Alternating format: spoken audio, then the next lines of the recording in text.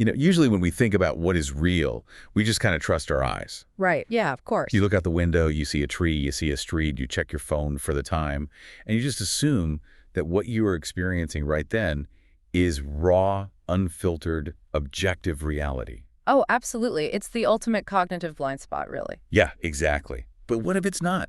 What if everything you think of as, objective modern reality is actually a highly specific, completely invisible filter that you've been wearing your entire life? We all operate under this assumption that we're standing on a mountaintop looking clearly at the universe, when in fact we're looking through a very specific, historically constructed window. Right. And the glass is just so clear to us that we don't even realize it's there. Okay, let's unpack this. Yeah. Because we have a massive stack of source material today for this deep dive. I mean, we are crossing philosophy, cybernetics, ancient Mesoamerican history. Early Christian mysticism, modern neuroscience. Yeah. It is a dense stack. It really is. And the approach we are taking to synthesize all of this is something our sources call systems archaeology. Right, which is fascinating. Yeah, the mission here is to use this subtractive method to strip away modern biases, strip away the literalism of ancient myths, and recover the underlying recurring structure of reality. The structure that completely different human civilizations have been trying to describe for millennia. Exactly. What the ancient Greeks might have called the logos. So we are going to look past our fragmented modern categories and discover the hidden architecture of consciousness itself. And approaching this requires a completely different posture than what we are accustomed to in the 21st century. Right. So let's set the ground rules right up front for you listening. We are completely sidestepping the modern science versus religion debate. Oh, yes. Please. Right. We are not taking sides in the atheism versus belief internet wars. If there is politically charged or culturally fierce debate surrounding any of the terms we use today, just know we are impartially examining the structural content provided by our sources. We aren't endorsing a side. We are looking beneath these surface-level worldviews at the hidden architecture that constructs them in the first place. Exactly, because before we can even begin to understand how the ancient Maya or the early Gnostics viewed the universe, we have to do the hardest thing imaginable. Examine our own bias. We have to understand that invisible lens through which modern people view the world. So to do that, we are looking at the work of philosopher Charles Taylor. Yeah, specifically his critique of what he calls the myth of secular neutrality. Right. Because when people debate atheism or secularism today, the conversation is usually pretty surface level. It's like, do you believe in a deity? Or is science eventually going to replace religion? Those are the standard framing devices, yeah.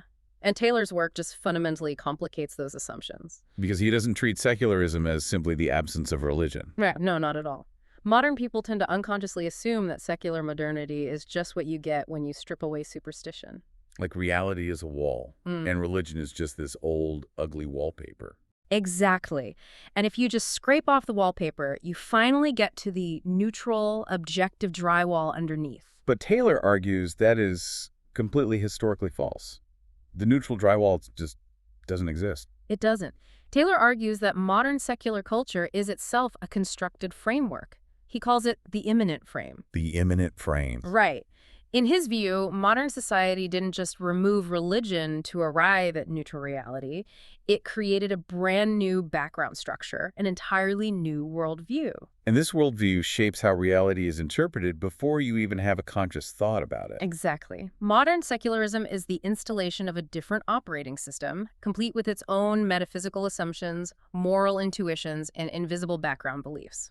Okay, I'm going to push back on that slightly, just playing devil's advocate here. Sure, go for it. Because a lot of modern secularists or atheists would argue that atheism isn't an operating system at all. It's exactly the opposite. They'd say it's just a lack of belief. Right. It's looking at a claim like the existence of the supernatural and saying, well, I don't see the evidence for that. Yeah. So how is that an installed framework? It's an installed framework because the very criteria for what counts as evidence, what feels plausible, and how a human being is defined have all shifted. Okay, how so? Well, Taylor talks about the transition from the porous self to the buffered self.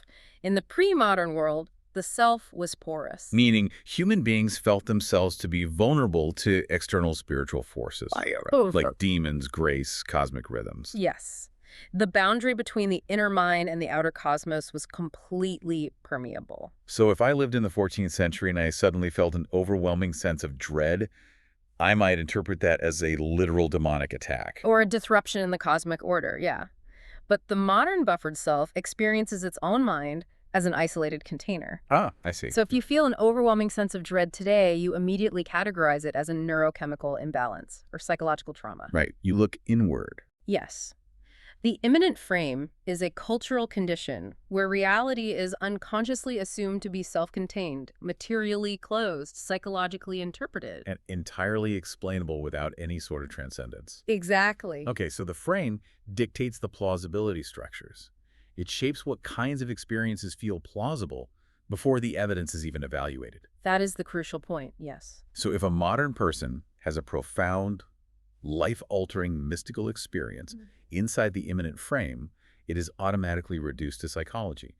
The immediate thought is, oh, my brain chemicals were misfiring. Meaning becomes highly individualized. Spirituality becomes a private hobby. Wow. Think of it like cognitive weather. We don't wake up and consciously choose secularism. We inherit it atmospherically. You don't choose the weather, you just put on a coat because it's cold. Right. You don't choose the imminent frame. You just instinctively doubt a miraculous claim because that is the atmospheric pressure of the culture you were born into. So it's like we are all born wearing blue-tinted glasses. And instead of realizing we are wearing glasses, we just smugly conclude that the universe is objectively blue. That maps perfectly onto what Taylor is suggesting. What's fascinating here is the realization that the deepest conflict going on right now isn't actually religion versus science. It's competing unconscious frameworks, competing to define reality itself. Exactly. We are shifting from asking which side has the evidence to asking what are the structures that determine what counts as evidence in the first place. Because materialism carries assumptions. Scientism, modern individualism, even our definition of rationality, they all operate within a cultural framing. Which completely flips the script. Because if our modern rational secularism is actually built on an invisible framework of assumptions, our faith in materialism, our faith in linear progress, then we need to fundamentally redefine what the word faith actually means. And that is a huge hurdle for modern readers. Because pop culture defines faith as believing in unsupported propositions without evidence. Like believing in Santa Claus when you're an adult. The blind belief definition. But our sources push us toward a much deeper structural theory. They propose redefining faith as cognitive acceptance of recursive isomorphic structure. Okay, hold on. You're going to have to translate that. No, it's a mouthful. Cognitive acceptance of recursive isomorphic structure. I understand the words individually, but strung together, you just lost me in the academic jargon. Let's map that onto reality. Let's break it down neurologically and phenomenologically. The brain is constantly operating ahead of explicit language. Right. We recognize faces long before we have the verbal vocabulary to describe the geometry of a face. We detect emotional states in a room before we logically reason out why the room feels tense. Oh, like when you walk into a new workplace and immediately sense the social hierarchy, you know who holds the real power? Who is marginalized before anyone says a single word. Exactly. Your brain is detecting patterns and feedback loops. It is detecting coherence. And the hypothesis from our cybernetic and cognitive science sources is that faith is not irrationality. Faith is the neurological mechanism for engaging reality before you have the language to fully formalize it. Wait, say that again? Faith is the tolerance for unresolved coherence. The tolerance for unresolved coherence. So it's keeping the mind open long enough for the pattern to integrate. Yes, because the alternative is that you encounter an ambiguous, unresolved pattern, and your brain panics and prematurely collapses it into whatever ideology or bias you already hold. Wow.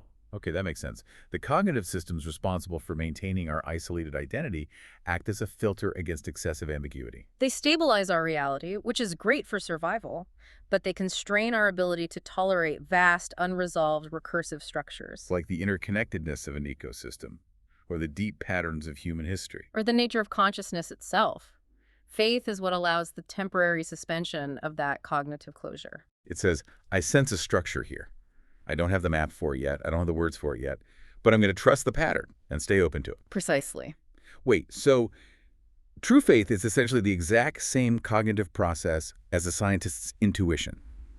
It's sensing the mathematical proof before you've actually written out the math. Structurally, Right. absolutely. The intuition of the theoretical physicist sensing an underlying symmetry in quantum mechanics. And the mystic sensing an underlying unity in the cosmos. and the artist sensing the necessary structural balance of a symphony before it is fully composed. These all rely on the cognitive capacity to engage partially unresolved structure prior to full formalization. They're all exercising faith. That Yes. drastically changes how we read history. And it brings us to a concept in the sources that has been completely mangled by pop culture. Whoa. Gnosis. Oh, heavily mangled. Usually when people hear Gnosis, they think of Dan Brown novels, right? Mm. Secret societies or hidden passwords to get into heaven. The conspiracy theory definition of gnosis. But historically, particularly in the Mediterranean world during the 1st and 2nd centuries, gnosis meant direct experiential knowing. It wasn't about acquiring new data. It was about participatory realization. Exactly. And if we connect this to the bigger picture, we see that faith and gnosis are not opposites. They are sequential steps in human cognition. How so? Well, faith is the capacity to hold the structure open. It is the condition that permits gnosis to emerge. Okay. The mind remains open to unresolved structure long enough through faith until the moment of direct structural integration occurs. And that moment of direct knowing where the pattern clicks into place and actually alters the knower is gnosis. Yes. Which leads to a wildly provocative idea in our sources, the concept of institutional religion as functional atheism. Okay, let me see if I can articulate this, because this blew my mind. If faith is this dynamic, open tolerance for unresolved structure, and gnosis is the living, direct encounter with that structure. What happens when an institution takes over that process and bureaucratizes it? Right. You get a system that preserves the symbolic language of the divine, but functionally operates as a closed, bureaucratic, egoic system. Exactly. I mean, I'm struggling to buy that entirely. How can you call a massive religious institution like the historical Vatican or a modern megachurch atheist just because it has a bureaucracy? That feels like a semantic trick. It isn't a semantic trick if we apply systems theory. We aren't looking at the vocabulary they use. We are looking at how the system operates structurally. Okay, fair enough. If an institution prioritizes its own administrative survival, political power, and rigid dogmatic boundaries over the direct, transformative encounter with the unknown. It is operating as a closed material system. Yes, it can speak the language of transcendence, but structurally it operates entirely inside the imminent frame. It behaves exactly like a secular corporation. So an institution can literally be using the word God, but structurally, neurologically, epistemologically, it is completely disconnected from the logos. It is functionally atheist. And conversely, someone who identifies as an atheist, but who remains genuinely open to the mystery, complexity, and unresolved recursive structure of the universe. Say, an ecologist deeply attuned to the interdependent webs of a forest.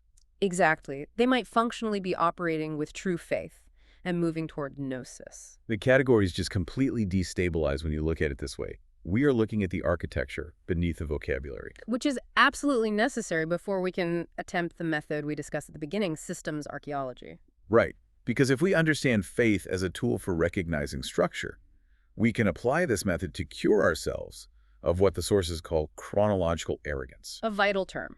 Chronological arrogance is the pervasive assumption that because we possess advanced technology and sophisticated instrumentation, we inherently possess superior consciousness. Or a more accurate grasp of reality than ancient peoples. We confuse technological sophistication with existential understanding. We do. We assume that because we have smartphones and fMRI machines, we are more enlightened than a civilization that built with stone. And systems archaeology demands that we drop that arrogance. We have to apply a subtractive method. We must strip away the literalism of ancient myths, strip away our colonial biases, and strip away our modern disciplinary fragmentation. We have to stop assuming ancient people were primitive simply because their user interface for reality didn't look like ours. A huge part of this is confronting survival bias in archaeology. Archaeology is, by its very nature, constrained by what survives the elements. And what survives? Stone, bone, pottery shards. But the software of a culture organic writing, complex breathwork, intricate oral traditions, sophisticated social feedback loops, temporal rituals, all of that decays. It leaves no physical trace. And the sources point out a critical logical fallacy we commit. Absence of surviving evidence is not evidence of absence. Right. It is a profound mistake to look at the surviving stone ruins of an ancient civilization and conclude that their interior lives were as simplistic, rigid, or static as the rocks they left behind. That's like judging the intelligence of an entire 21st century civilization 1,000 years from now based solely on the plastic lawn chairs that didn't decompose in a landfill. I love that analogy. Future archaeologists digging up a landfill and saying, ah, yes, the Americans of 2024, they worship these crude, four-legged plastic altars. Exactly. We would be confusing our lack of surviving data with their lack of self-awareness. The surviving artifacts are just the plastic lawn chairs. What we are missing is the cultural software. Yes. Ancient contemplative traditions, rituals, cosmologies, and myths were actually incredibly sophisticated interfaces. They are tools for observing and stabilizing the exact same underlying structure, the logos, that we now study with modern disciplines like cybernetics, systems theory, and neuroscience. But wait, is it really fair to say they were doing the same thing? What do you mean? Well, it's one thing to say they were highly intelligent, but to say a civilization performing seasonal rain rituals was actually doing cybernetics. Aren't we just projecting our modern brilliance backward onto them? Oh, I see what you're saying. But we aren't saying they were doing modern cybernetics. We're saying that modern cybernetics and ancient ritual are both attempts to model the same underlying relational reality. Ah, okay. The core rule of systems archaeology. Do not assume that if two civilizations use different symbols, rituals, or myths, that they were therefore thinking about fundamentally different things. Right. We need to stop forcing difference first and try forcing equivalence first. Avoid the anti-holistic thinking that mistakes different symbolic languages for different realities. So let's test that. Let's force equivalence. Our sources challenge us to apply this method to two radically different, geographically isolated civilizations. The early Gnostics of the Mediterranean world and the classic Maya of Mesoamerica. Now, on the surface, you couldn't find two more divergent systems. No kidding. The Gnostic movements flourished in the first few centuries CE, primarily within early Christian, Jewish, and Hellenistic environments. The Maya civilization developed independently, with their classic period roughly between 250 and 900 CE. They had no contact. Their vocabularies, aesthetics, and stated goals appear entirely different. Gnostics are out in the desert talking about evil demiurges, escaping physical reality, and achieving inner mystical flight. The Maya are in the rainforest tracking Venus, syncing up agriculture, and building massive stone observatories. So how do we force equivalence here without completely watering down their actual lived beliefs? By dropping another modern bias, the division of inner and outer. Okay, explain that. Modern people rigidly separate psychology from astronomy. We separate the mind from the sky. Right, astronomy's out there, psychology's in here. But ancient civilizations frequently treated the heavens, society, nature, and consciousness as reflections of one another. They did not experience these as separate domains. The inner and outer are one continuous structure. Precisely. So let's analyze the Gnostics. The Gnostics encoded reality through inner awakening. Their literature, like the Apocryphon of John or the Gospel of Thomas, is filled with descriptions of ordinary reality as incomplete, distorted, or layered beneath a deeper truth. Yes. They conceptualized a demiurge, a sort of false, ignorant creator god in archons which were controlling planetary or psychic forces. But if we apply systems archaeology, we don't read the demiurge as a literal monster sitting on a cloud. We read it structurally. Exactly. The demiurge is a structural representation of a false organizing principle. It is the psychological experience of being trapped in a partial, distorted system. What we might today call the isolated ego, or a corrupt social ideology. The whole Gnostic drama was about escaping this false perception, this psychic entrapment, to recover direct gnosis of the true, unfragmented order. They start from the inside.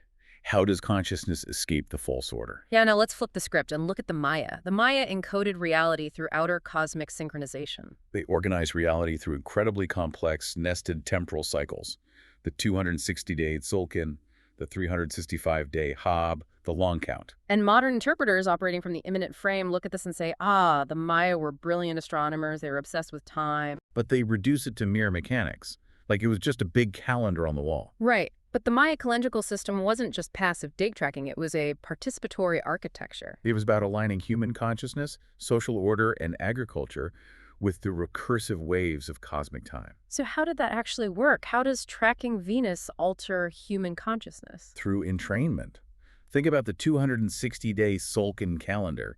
It closely aligns with the gestation period of a human being. Oh, wow. Yeah, it integrates the biological rhythm of humanity with the observable cycles of the cosmos.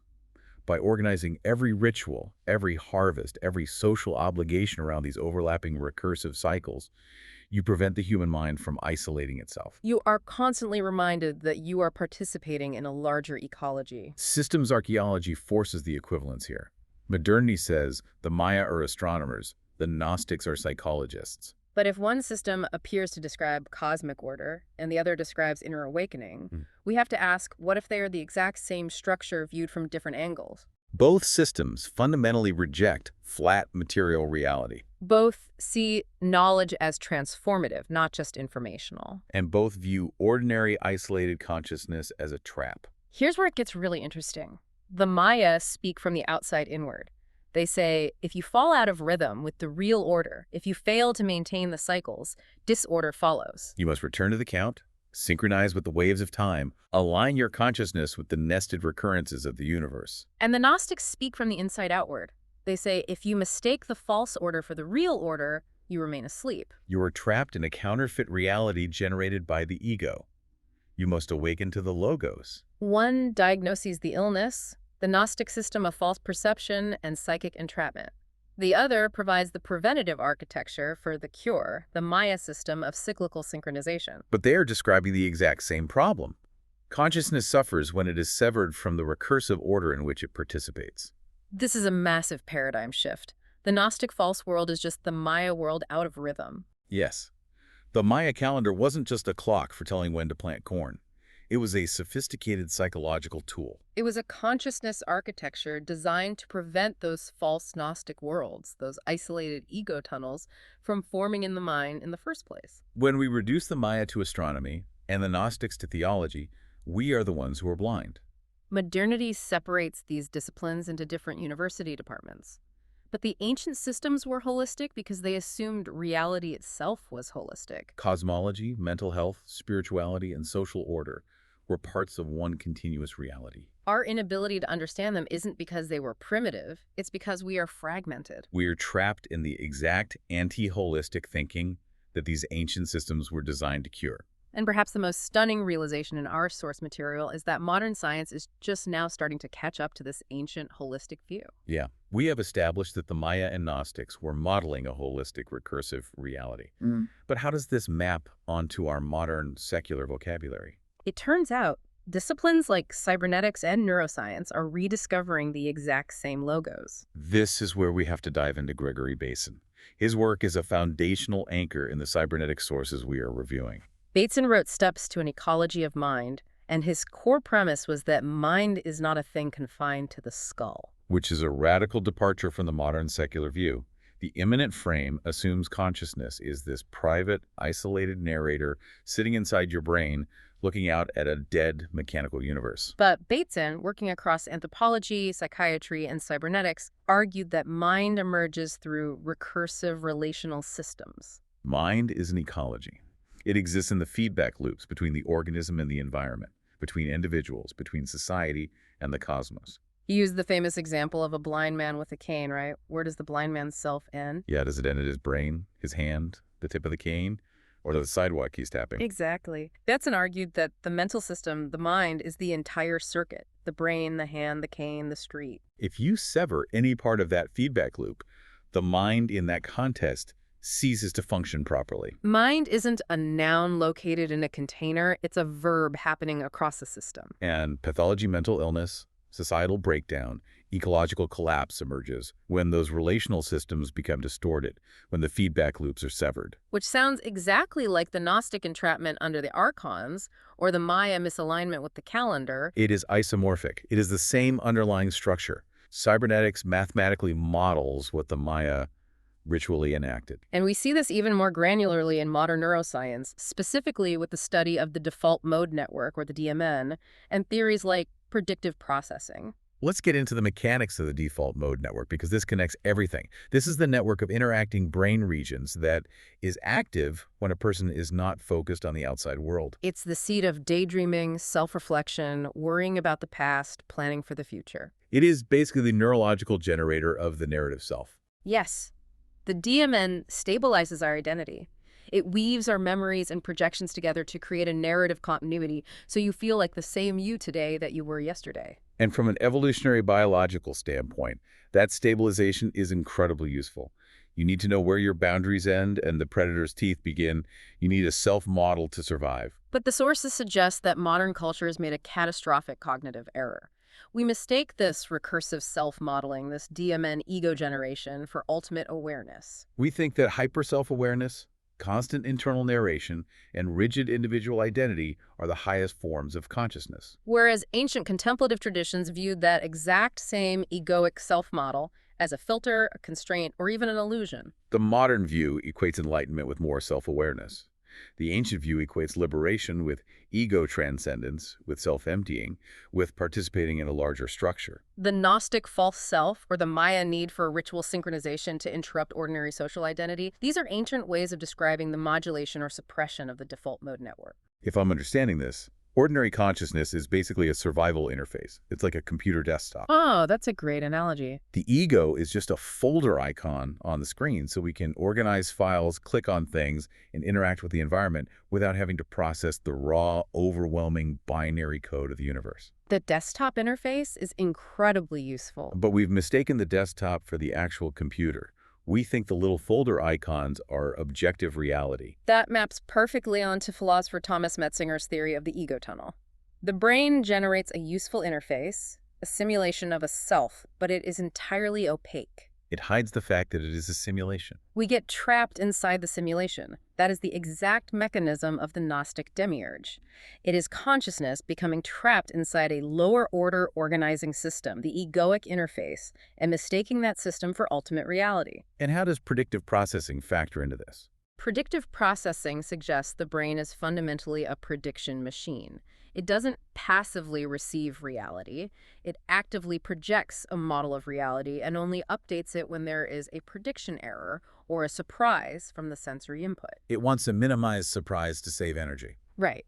When the DMN becomes too rigid, when the ego tunnel becomes too thick, the brain stops taking in new information from the larger ecology. It just keeps projecting its own rigid, isolated model. And what modernity calls mental illness, anxiety, or deep existential suffering is often just the result of that rigid projection.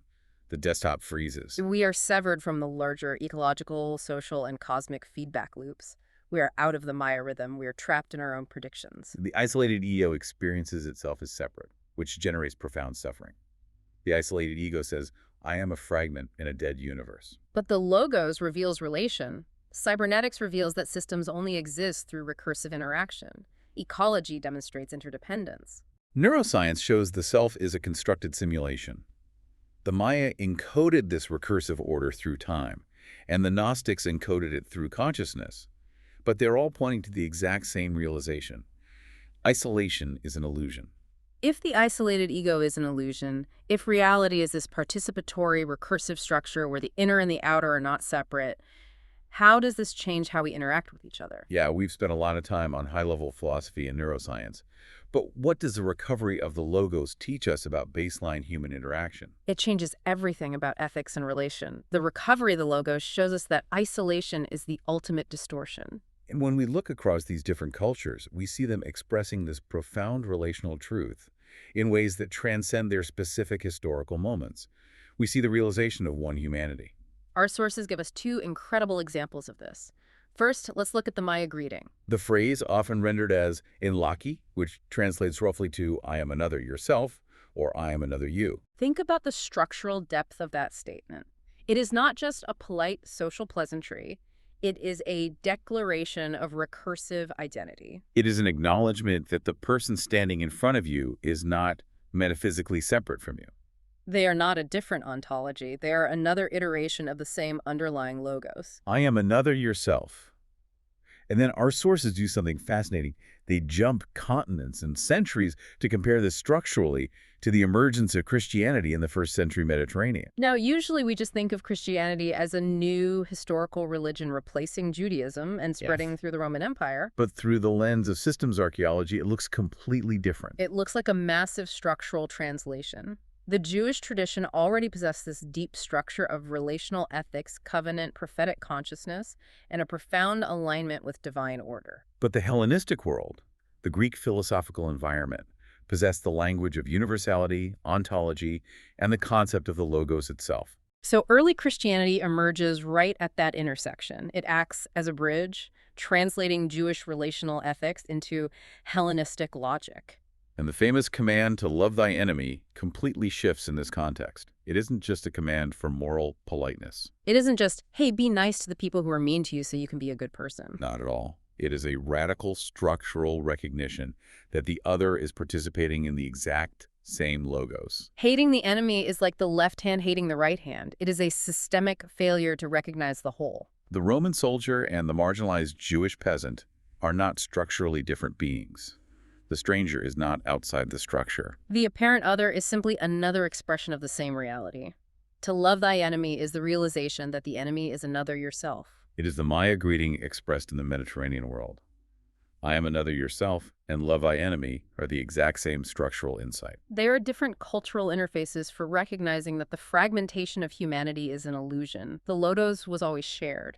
The deepest realization across all these systems, Bateson cybernetic ecology, the Maya calendrical rhythms, Gnostic interior awakening, early Christian relational ethics, modern neuroscientific models of the ego, is that human beings are not isolated fragments. The ego experiences itself as separate. The logos reveals relation. We repeatedly rediscover this because human beings are not fundamentally separate kinds of beings encountering different realities. We are the same beings encountering the same recursive order through different historical conditions, using different software to describe it. So what does this all mean? We have journeyed through the imminent frame, redefined faith and gnosis, stripped away chronological arrogance, linked the Maya to the Gnostics, and connected ancient cosmology to modern neuroscience. And when you pull all of those threads together, you see the massive anti-holistic trap of modern life. We have built a society obsessed with individual identity. We isolate ourselves into fragmented disciplines, fragmented political tribes, fragmented digital echo chambers. We are essentially living in the exact false world the Gnostics warned us about. We are completely out of sync with the Maya cycles. We are trapped in the ego tunnel. And the tragic irony is that we look back at the Maya or the Gnostics and call them primitive. The problem isn't that ancient people lacked intelligence or sophistication. The problem is that modern people cannot see the assumptions installed inside their own consciousness. We have mistaken our fragmented, modern interface for objective reality. We have mistaken the surviving plastic lawn chairs for the entirety of human potential. The logos is one. Humanity is one. The historical accounts and symbolic interfaces are many. We've spent this deep dive talking about how modern culture falsely divides reality into separate boxes. Science here, spirituality there, self here, nature there. But take a look at your own life this week. Where are you artificially separating the inner from the outer? Are the recurring problems in your life, your stress, your conflicts, your sense of isolation, actually just a symptom of being out of rhythm with the larger system you belong to? It's a profound question to ask yourself. Think about what would happen if you stopped looking at the world as a collection of isolated fragments and started looking for the logos. Remember that invisible filter we talked about at the very beginning, that window you didn't know you were looking through? Maybe it's time to finally roll down the glass.